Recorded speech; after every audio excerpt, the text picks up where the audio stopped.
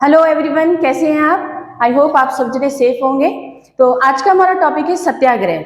What means about सत्याग्रह? सत्याग्रह क्या है?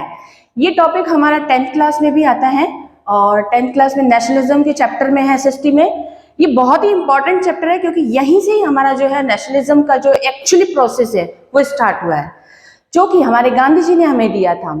जब हमारे यहाँ पे ब्रिटिशर्स का बहुत ज्यादा, कॉलोनीज का बहुत ज्यादा हमारे ऊपर जो मोनोपोली चल रही थी, तो हमारे इंडियंस को ऐसे लग रहा था कि कोई ऐसा पर्सन आए जो हमें इन सारी प्रॉब्लम से हमको छुटकारा दिलाए। अब वो कैसे? वो थे गांधी जी। जब गांधी जी साउथ अफ्रीका में एक, वहां पे भी एक सत्याग्रह चल रहा था, यानी ये टेस्टेड था, जो कि गांधी जी साउथ अफ्रीका से यहाँ पर लेके आए। जब उनको लगा कि वास्तव में हमारे इंडिया में भी इसकी बहुत ज्यादा जरूरत है, तो उन्होंने सेम आइडिया जो कि साउथ अफ्रीका में लिया गया था वही उन्होंने यहाँ पे ट्राई किया। सत्याग्रह मीन्स सत्य। आप देख भी रहे होंगे कि इसमें आ रहा होगा सत्य प्लस आग्रह, यानी सत्य पर चलना। अब सत्य पर कैसे चलना था? क्योंकि हमें पता है कि गांधी जी जो है पूरे ट्रुथ पर चलते थे और वो हमेशा नॉन वायलेंस को ही ज्यादा इंपॉर्टेंस देते थे, प्रेफरेंस देते थे। तो उनका मानना था कि यदि हम सत्य पर चलेंगे, ट्रुथ पर चलेंगे, तो एक दिन ब्रिटिशर्स को हमारी बात माननी ही होगी और जितने भी उनकी सारी चीजें चल रही हैं वो अपने आप स्टॉप हो जाएंगी। तो सबसे पहले उन्होंने अपना एक जो है इंडिया का रूट चालू किया। उन्होंने फर्स्ट स्टार्ट किया कि देखें कि इंडिया में लोगों को एक्चुअली में क्या क्या प्रॉब्लम्स हैं। तो उन्होंने एक सत्याग्रह के इस मूवमेंट को लेकर के चले और फर्स्ट उन्होंने स्टार्ट किया। पहले मैं आपको एक चीज डिफाइन करूंगी कि सत्याग्रह में गांधी जी क्या कहते थे। वो ये सजेस्ट करते थे कि हमें फिजिकल फोर्स की जरूरत नहीं है। अगर हमें कोई चीज चाहिए तो हमें उसमें फिजिकल फोर्स नहीं करना है, नॉन वायलेंस रहना है। हमें अपनी चीज को, वो एक आपने ये भी सुना होगा कि गांधी जी ने बोला था कि कोई आपको एक थप्पड़ मारे तो आपको दूसरा गाल प्रेजेंट कर देना है। ये जरूर था, लेकिन उनका ये भी मीन नहीं था कि आपको दूसरा गाल देना है। बट हमें अपनी फिजिकल फोर्स यूज नहीं करनी है, हमें अपने ट्रुथ पर ही चलना है ना। दूसरा था उनका कि बिलीव धर्म of non violence could unite all Indians. अगर हम अपने धर्म पर चलते हैं, हम अपनी सच्चाई पर चलते हैं, तो एक दिन वो मोमेंट जरूर आएगा कि सामने वाले को हमारी बात माननी ही होगी, यानी ब्रिटिशर्स को हमारी बात माननी होगी और उनको इंडिया से जाना ही होगा। Don't talk on violence, these words of our idol noble thoughts of Gandhi ji. और यही थॉट्स हमारे गांधी जी की थे। जब उन्होंने फर्स्ट स्टार्ट किया रूट हमारे इंडिया का, तो उन्होंने सबसे पहले सत्याग्रह किया था हमारे इंडिगो जो हमारी फील्ड्स थी उसके ऊपर। तो वो था हमारा चंपागन में। चंपागन में हमारा फर्स्ट सत्याग्रह हुआ था। बैक टू बैक हमारे 3 सत्याग्रह हुए थे। मैं तीनों के बारे में बताऊंगी और उनकी एक शॉर्ट कीज भी आपको बताऊंगी। उसको बोल सकते हैं हम एज ए सिंपल केक। एक केक वर्ड याद कर लीजिए आप, इससे आपको बहुत इजी रहेगा याद करने में। फर्स्ट सत्याग्रह हुआ था चंपागन का, दूसरा हमारा हुआ था अहमदाबाद में और तीसरा हमारा हुआ था खेड़ा सत्याग्रह। ये बैक टू बैक तीनों ही सत्याग्रह हुए थे। और मैं आपको सबसे इंपॉर्टेंट चीज बताऊं कि तीनों ही सत्याग्रह में हमें बहुत ज्यादा सक्सेस मिली थी, बहुत ज्यादा। तो सबसे पहले हम चंपागन की बात करेंगे। चंपागन जो सत्याग्रह हुआ था 1917 में स्टार्ट हुआ था। स्टार्ट वो 1916 में हुआ था, बट एक्चुअल में उसमें इन्वॉल्विंग जो हमारे गांधी जी की थी वो 1917 में हुई थी।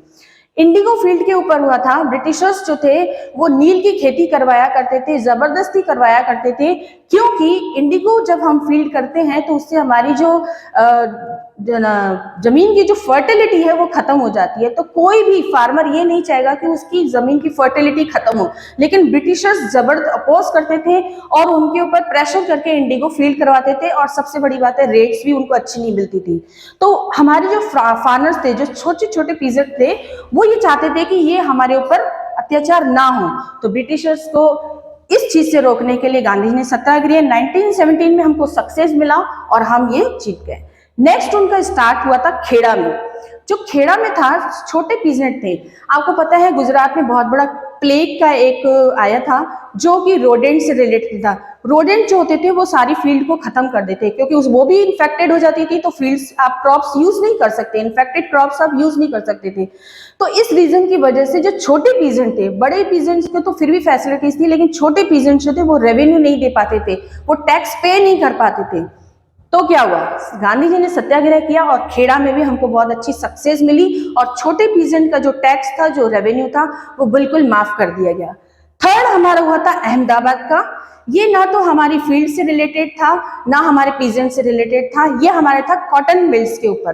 कॉटन मिल्स के जो वर्कर्स थे, ऑफ कोर्स जब हमारी क्रॉप्स फेल हो गई थी, रोडेंट से इन्फेक्टेड हो गई थी प्लेग से, तो जो दाम थे, जो डेली रूटीन की बेसिक चीजें थी, उनके दाम बहुत बढ़ गए थे और इनकी सैलरीज बहुत कम थी।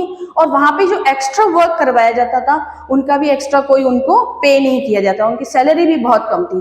तो इस वजह से जो कॉटन मिल्स के वर्कर्स थे वो बहुत ज्यादा परेशान थे। उन्होंने अपनी परेशानी गांधी जी को बताई, गांधी जी ने सत्याग्रह किया और हमें यहाँ पे भी सक्सेस मिली। और आपको बताना चाहूंगी, अहमदाबाद के जो कॉटन मिल्स की जो ये सत्याग्रह हुआ था, 30% उनका पे आउट जो था बढ़ा था, जिसमें गांधी जी के साथ सारे वर्कर्स आ गए थे और बहुत हैप्पीनेस आई थी। तो ये जो 3 सत्याग्रह, ए यहाँ पे ई खाली है, 3 आप वर्ड याद कर सकते हैं, सी से चंपाग्रह, ए से अहमदाबाद, के से खेड़ा, यहाँ पे ई खाली है।